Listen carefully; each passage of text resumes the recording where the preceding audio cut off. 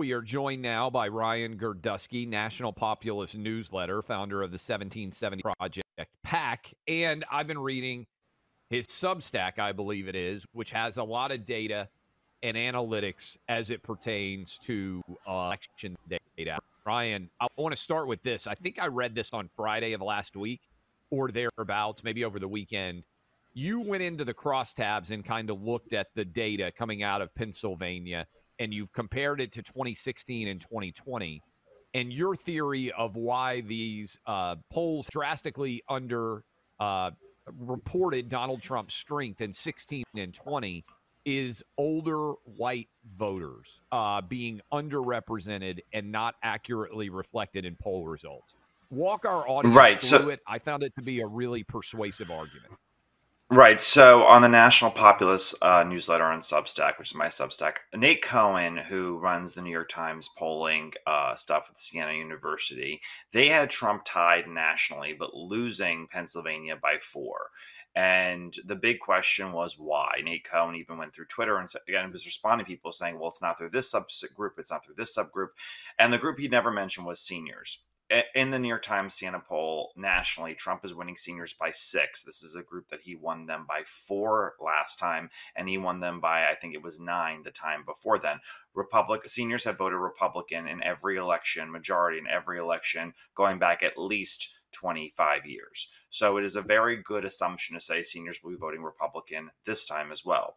Seniors in Pennsylvania vote to the right of seniors nationally. So in 2012, Romney won seniors nationally by 12. He won seniors in Pennsylvania by 14. In 16, Trump won them by 9 nationally, 10 in Pennsylvania. In 20, Trump won them by 4 nationally, 7 in Pennsylvania. So they vote to the right.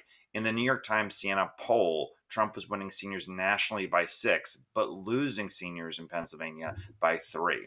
Now I know they say don't get so tied up in crosstabs, but at the same exact time, this is not a crosstab of like Hispanics, which make up 5% of Pennsylvania, so they have extremely high margins of error. Seniors in Pennsylvania are a third of voters. The margin of error is fairly low. He probably will be winning seniors by close to 10 points, which is if the national poll is correct. If it's 6, he'll probably win close to 10 points among seniors.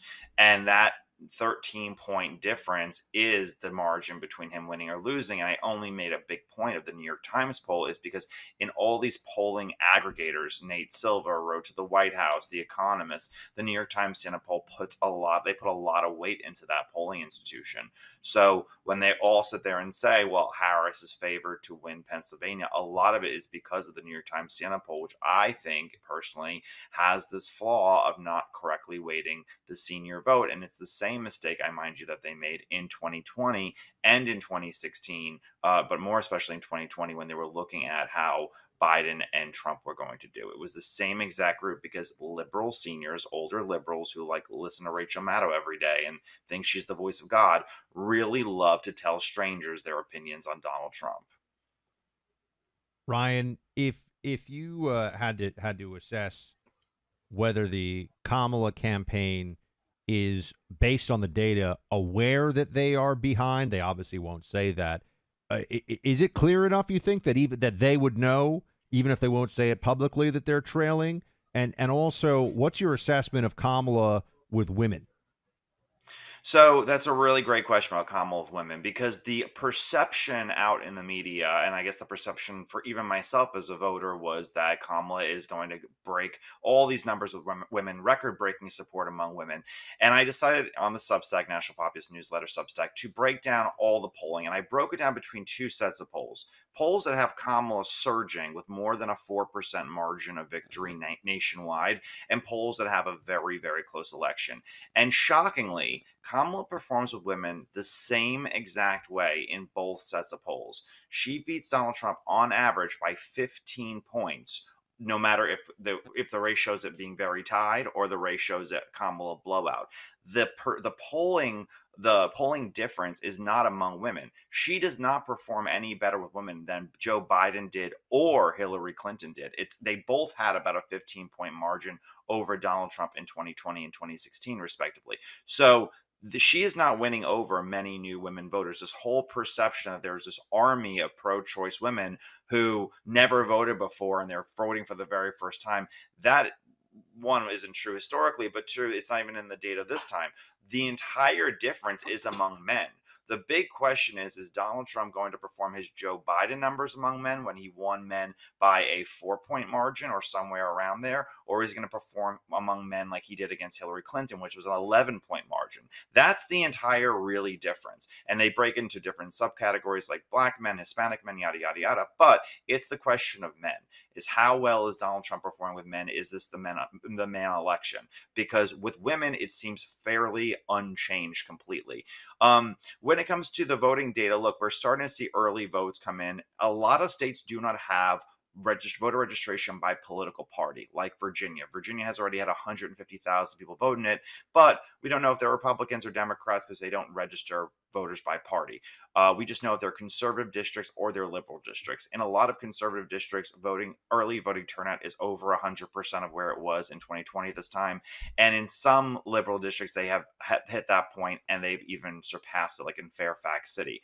But what we're looking at right now is a lot of mail-in data. In the mail-in data in the ballot requests in Pennsylvania, Democrats are down fairly large. The numbers are about 4 percentage points tighter than they were back in 2020. In North Carolina, they were down big time as far as people with early mail ballot requests. Does that mean that they won't vote at all because they didn't get the early ballot request? I don't know. But the early ballot requests for Democrats where they're going to mail in tons of votes and basically have these votes ready to count it on election day, that doesn't look like it's happening so far. We're talking to Ryan Girdusky. Okay, two-parter here for you, Ryan. Buck and I both believe that Joe Biden is going to outperform Kamala. That is, Biden's 2020 numbers are going to outperform Kamala's 2024 numbers. I'm curious if you would agree with that. That's nationwide, not on an individual state basis. Second part of this question, if you had to place a wager right now, would you place a wager on Trump to win in 2024 based on the data analytics as you see it, or would you place a wager on Kamala to win? It's two, I think, kind of essence of the election questions. But first, how will Kamala do compared to Biden? Well, she's almost certain to get lower because Trump's numbers have basically been stagnant. I think he got 46.2% the first time, 46.8% the second time. Trump's numbers are fairly fixed. I have a very difficult time seeing how if you voted for him in 16 and how you voted for him in 20, that all of a sudden you're not going to vote for him in 24. That's why they show these huge swings away from college-educated whites. I think to myself, and I don't have any data to prove this, but I think he won 44% of that group in 2 straight elections. I don't really see how many of them are going to sit there and be like, oh, this third time they've gone, a bridge too far. So she's most certainly going to be doing worse. The question is how much of the independent vote, the third party vote, is going to be taken up of her numbers. The third party vote was detrimental to Hillary in 2016. There was a much smaller part of it, and a lot of those anti-Hillary voters just went to Joe Biden. I would say she's probably around 49% in the polls, and Trump's at 47 or 48%. But that's really where it is. So yeah, she'll be she'll be lower by a good point and a half percent. What Buck was saying in the previous segment of Hispanic support increasing or Black support increasing, if the numbers are real and Hispanic supporters are increasing, you may see a situation where New York or Los Angeles are significantly tighter, but that does not bear out into an electoral victory. The only state that really matters right now is Pennsylvania, because if Trump wins North Carolina and Georgia as he's favored to, Pennsylvania flips the entire map. So judging based on Pennsylvania, I think based on the Muhlenberg poll that just was released and the Washington Post poll, and I think of the error in the New York Times poll, I would say Trump, in my opinion, is probably favored to win Pennsylvania. Not by much. It's not going to be a landslide, but that number in Pennsylvania would give him the Electoral College 270 he needs.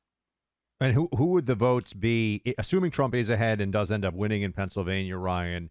Is it again that basically white guys who are non-college educated who are the difference makers?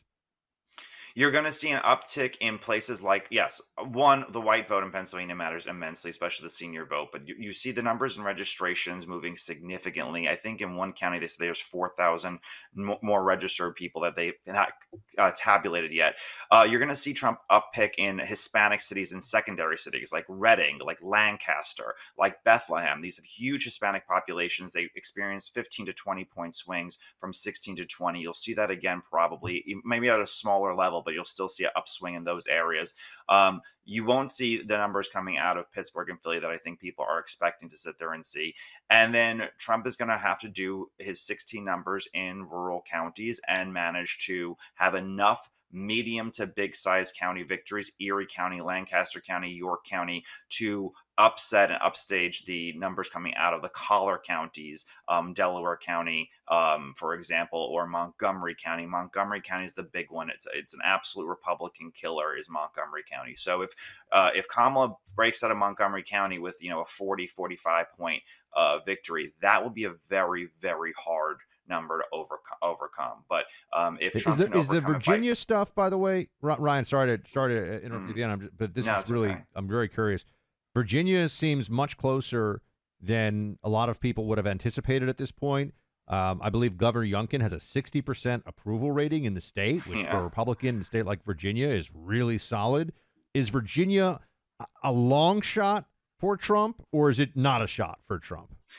It's still a long shot because of how the liberal counties outside of Washington, D.C., those super blue counties, Fairfax, for example, had 4 times the amount of early voters in 2024 for the first day of early voting than they did in 2020. However, the red counties in smaller areas, they're experiencing overall 100% increase in early voter turnout. So it's not like just the left is mobilized and the right isn't.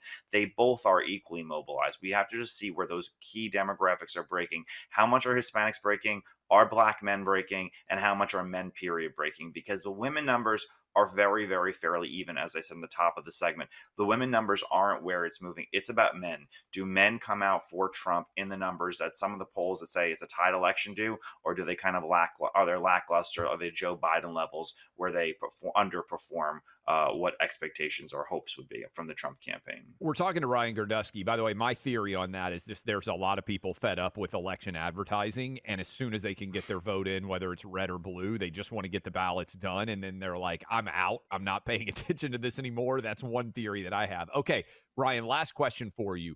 Will we get any data prior to Election Day that you think could be important in giving us an indication? You mentioned early voting in Virginia. Is there any state where we're going to get data that's reliable in any way to kind of give us a sense for what might be coming prior to Election Day? Is there anything you're waiting for or watching for?